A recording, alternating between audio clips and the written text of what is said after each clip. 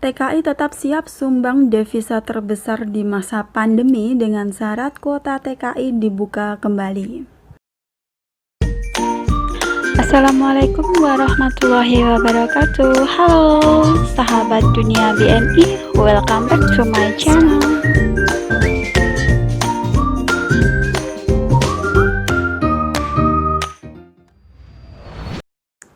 Pekerja Migran Indonesia atau PMI yang merupakan penyumbang devisa negara terbesar kedua setelah dari sektor migas di Indonesia siap membantu membangkitkan perekonomian nasional di masa pandemi COVID-19 ini. Namun hal tersebut baru bisa diwujudkan jika penutupan perekrutan TKI yang sebelumnya dihentikan sebagaimana tertuang dalam keputusan Menteri Tenaga Kerja Nomor 151 tahun 2020 yang diberlakukan sejak Maret kemarin dibatalkan dan dibuka kembali.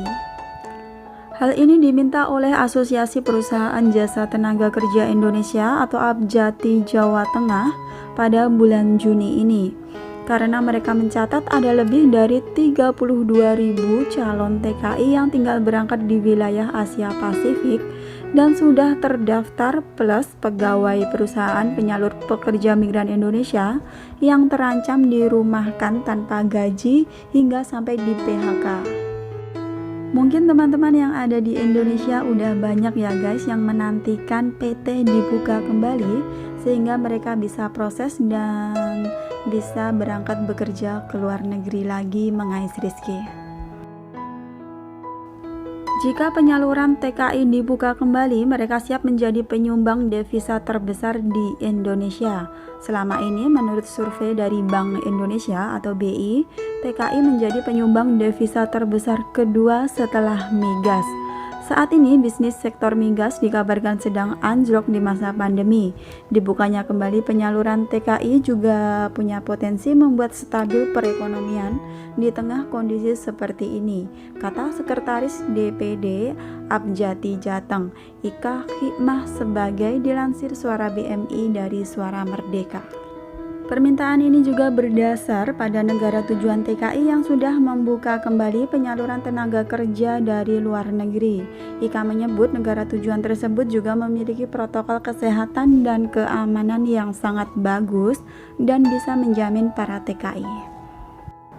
Di sana juga ada sistem karantina pekerja agar terhindar dari penularan COVID-19. Negara-negara tujuan TKI ini siap menerima mereka. Ini peluang perekonomian desa juga kembali hidup. Karena TKI yang bekerja di luar negeri bisa kembali mengirim uang untuk keluarga di rumah. Seperti diketahui, TKI mayoritas berasal dari desa-desa di seluruh Indonesia. Selain migas yang bisnisnya sedang anjlok di masa pandemi ini, dia juga melihat kegiatan ekspor-impor juga lesu.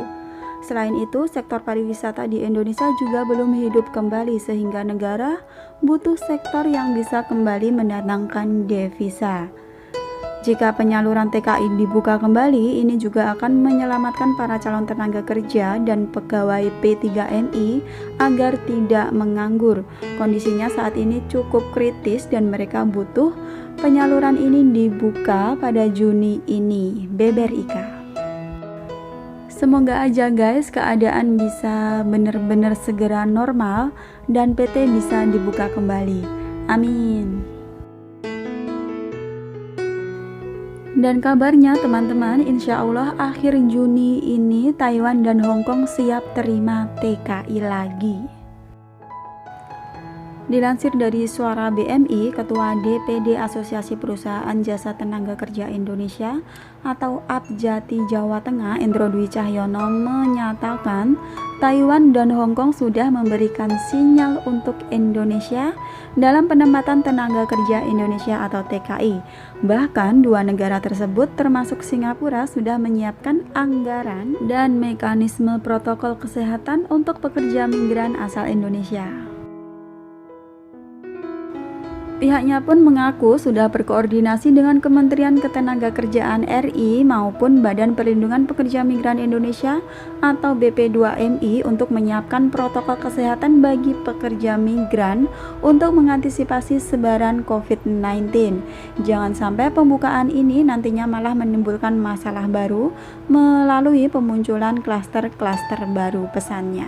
Endro turut mengapresiasi negara-negara penempatan buruh migran itu, mengingat meski persoalan pangebluk di Indonesia belum mereda, tetapi negara-negara tersebut berkomitmen untuk mengimplementasi protokol kesehatan setibanya para pekerja tiba di negara tujuan. Negara-negara itu terus berkomunikasi dengan kami dan berharap agar pekerja migran bisa segera diberangkatkan. Protokol kesehatan termasuk karantina 2 pekan dan biaya ditanggung sejak para pekerja migran mendarat. Semoga ya teman-teman segala sesuatunya bisa normal kembali dan COVID-19 ini bisa benar-benar reda. Amin, amin ya robbal alamin.